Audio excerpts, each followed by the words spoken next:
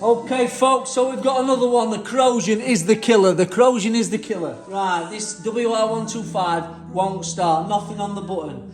I was suspect of the switch.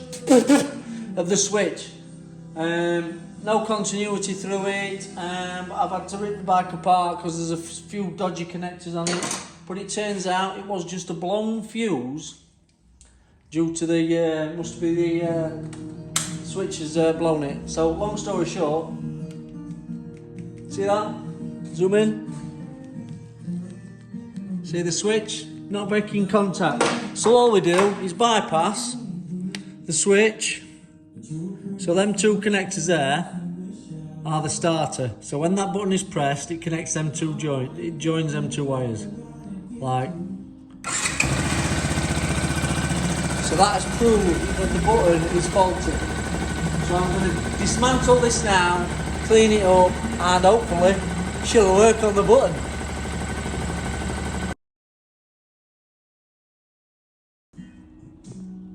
So there's the spring and the first contact point taken out. I'm going to try and clean that up. Ideally, most people would replace the switch, but it's not really cost effective and it won't get Marcus back on the road as fast as me cleaning it up. It's hard to see me, there you go. And clean all that up as best I can. Perfect replacement will be a brand new switch, but for now we'll be back on the road in no time with a clean and a spruce. Cleaning a spruce job.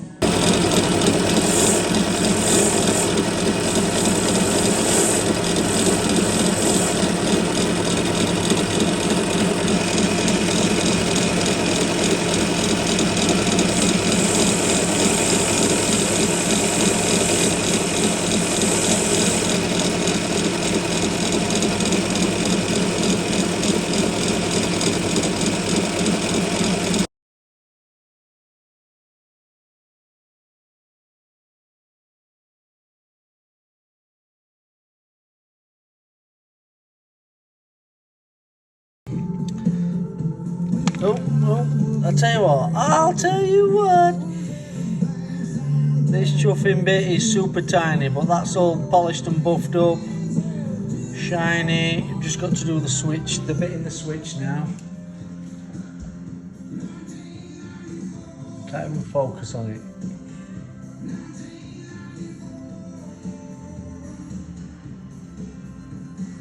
There you go. Just clean that up now. The little whizaroo should sort this one. Be easier than the spring and that little pin. I've now got a million brass bristles in my beard, but why does it not focus on this little? There. Bit shinier, don't you think? Look at that. Nearly as sexy as me. So, because the spring is the part that connects that flows the voltage from the base up to the pin, I've had to take the switch actually off. So I've had to cut it off. I'm going to resolder a couple of wires on there to clean it. The little brass brush just wasn't cutting it. It was more polishing the corrosion than actually getting it off. So I've had to take it apart and use a Stanley blade to scrape off the excess and then get the brass brush on. So yeah, nothing goes, it doesn't always go as smooth as what you'd believe. Easy enough though, easy enough. So you see the state of that copper wiring? This is what I'm up against. That'll be a nightmare to solder. When it loses its shine and goes all white and powdery, basically the wiring's corroded as well. So again, another reason why we call corrosion the #1 killer of motorcycles. So yeah, ideally it does want a new switch and probably a wiring harness. But I'm going to try and get him back on the road today by doing a bit of restoration type repair. Right, so as you can see here, can you see that? I've soldered two little tails on.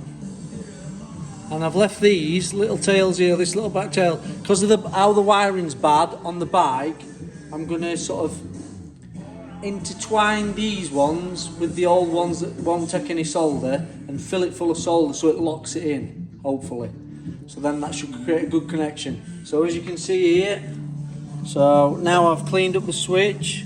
We've got both the probes on either wire, continuity checker on, and press the button. That means the start switch is doing its job, because now I can install it back on the bike. Yeah.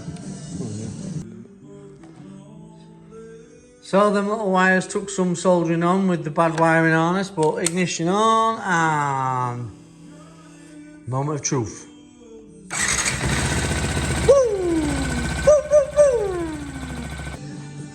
And as if by magic,